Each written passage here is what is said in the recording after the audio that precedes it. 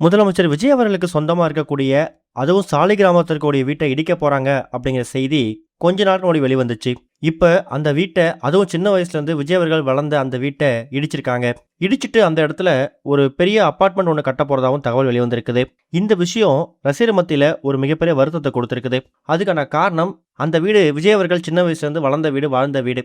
அந்த வீட இடிக்காம அவர் அப்படியே விட்டுருக்கலாம். இதுக்கு முன்னாடி அண்ணா நகர்ல அந்த வீட்டை கூட அவர் சேல் பண்ணியிருந்தாரு. அந்த வீடும் 35 கோடி ரூபாய்க்கு போயிருந்துச்சு.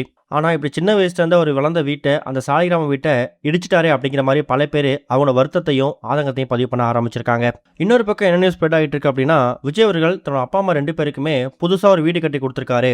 சோபா சந்திரசேகர் அப்புறம் சந்திரசேகர் இவங்க 2 பேருமே அந்த புது வீட்டில் தான் வசிச்சு வந்துட்டு இருக்காங்க. இன்னொரு பக்கம் நீலாங்கரை வீட்டில இருந்து தலைமைச் செயலகத்துக்கு அவர் போயிட்டு வர தூரமும் ரொம்ப அதிகமா இருக்கு. அதனால தலைமைச் செயலகத்துக்கு பக்கத்திலேயே ஒரு வீடை ஒன்று வாங்கலாம் அப்படிங்கிற திட்டத்தில் இருக்கிறதாவும், இந்த நிலையில தான் சின்ன வயசுல இருந்து அவர் வளர்ந்த அந்த சாலிகிராமம் வீட்டை எதுக்காக அவர் இடிக்கிறாரு அப்படிங்கிற கேள்வி நிறைய பேருக்கு வந்திருக்குது.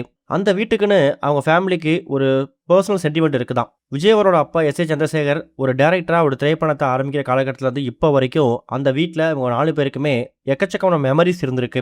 அவங்களோட ஆஃபீஸ் கூட அங்கே தான் இருந்துச்சு. காலப்போக்கில் விஜய் அவர்கள் நீலாங்கரில் வீட்டை வாங்கிட்டு அங்கே செட்டில் ஆனதுக்கு பிறகு விஜய் ஆண்டனி அவர்களுக்கு அந்த வீட்டில் ஒரு போர்ஷனை வாடகைக்கு கொடுத்துருந்தாங்க. அந்த வீட்டில் நான் வாடகையே கொடுத்தது கிடையாது, என் சொந்த வீடு மாதிரி தான் இருந்தேன்னு கூட ஒரு சில இன்டர்வியூவில் விஜய் ஆண்டனி ரொம்ப எமோஷனலாக பேசியிருந்தாரு. இதுக்கிடையில் தான் விஜய் ஆண்டனி அவர்கள் அவரோட ஆஃபீஸையும் வீட்டையும் வேற இடத்துக்கு மாற்றிட்டாரு. எஸ் ஏ சந்திரசேகர் அவர்களும் புதுசாக வீடு கட்டி அவங்க மனைவியிடம் குடியேறிட்டாரு. அதனாலவே என்னவோ தெரியல, அந்த சாலிகிராமம் வீட்டை இடிச்சிட்டு அங்கே ஒரு புதுசாக ஒரு அப்பார்ட்மெண்ட் கட்டலாம் அப்படிங்கிற முடிவுக்கு வந்திருக்கிறதாவும், இன்னொரு பக்கம் அப்பார்ட்மெண்ட்டில் அரசியல் கட்சிகள் சார்ந்த சில கட்சி ஆஃபீஸ் வர்றதுக்கான வாய்ப்புகள் இருக்கும் அப்படிங்கிற மாதிரி பேச்சு அடிபட்டு வந்துட்டு இருக்கு. என்னதான் நிறைய இடங்களில் நிறைய வீடு இருந்தாலும் சாலிகிராம வீடு அவங்க ஃபேமிலிக்கு பர்சனலாக ஒரு சென்டிமெண்டான வீடு. அந்த வீட்டை இடிச்சிட்டு இப்போ அங்கே புதுசாக வேற ஒரு பில்டிங் வரப்போகிற விஷயம் ஒரு பக்கம் சந்தோஷமாக இருந்தாலும் ஒரு பக்கம் சென்டிமெண்ட்டாக கொஞ்சம் மன வருத்தத்தை ஏற்படுத்துது அப்படிங்கிற மாதிரி அந்த பகுதியில் இருக்கிற மக்கள் அவங்களோட ஆதங்கத்தை பதிவு பண்ண ஆரம்பிச்சிருக்காங்க. இது ஒரு பக்கம் இருக்க, 22 நாட்களில் கட்டாகுஸ்தி திரைப்படம் எவ்வளோ வசூல் செஞ்சிருக்கு அப்படிங்கிறது இப்போ தகவல் வெளிவந்திருக்குது. முன்னாடிலாம் 100 நாட்கள் 200 நாட்கள் அப்படிங்கிற அடிப்படையில் தான் ஒரு படத்துக்கான பாக்ஸ் ஆஃபீஸை முடிவு பண்ணுவாங்க.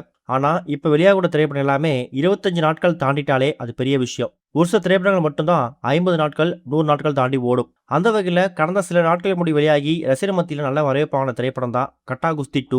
இயக்குனர் செல்லா ஐயாவு இயக்கத்தில் விஷ்ணு விஷால், ஐஸ்வர்யா லட்சுமின்னு சொல்லி ஒரு மிகப்பெரிய நட்சத்திர பட்டாளமே இந்த படத்தில் நடிச்சிருக்காங்க. இந்த திரைப்படம் 17 நாட்களை கடந்து திரையரங்களை வெற்றிகரமாக ஓடிக்கிட்டு இருக்கு. இந்த 17 நாட்கள் முடிஞ்சு இனி வரக்கூடிய வீக்கெண்டை சேர்த்தா 22 நாட்கள் வந்துடும். இந்த 22 நாட்களில் இந்த திரைப்படம் உலக அளவில் இதுவரைக்கும் 52.5 கோடி ரூபாய் வசூல் செஞ்சிருக்குதான். இது மூலயமா இந்த திரைப்படத்தோட தயாரிப்பாளருக்கு மிகப்பெரிய லாபம் கிடைச்சிருக்கிறதாவும் இன்னொரு அப்டேட் வெளிவந்திருக்குது. இது வரைக்கும் கனெக்டிங் டிவிக்கு சப்ஸ்கிரைப் பண்ணனா மறக்காம சப்ஸ்கிரைப் பண்ணிக்கங்க.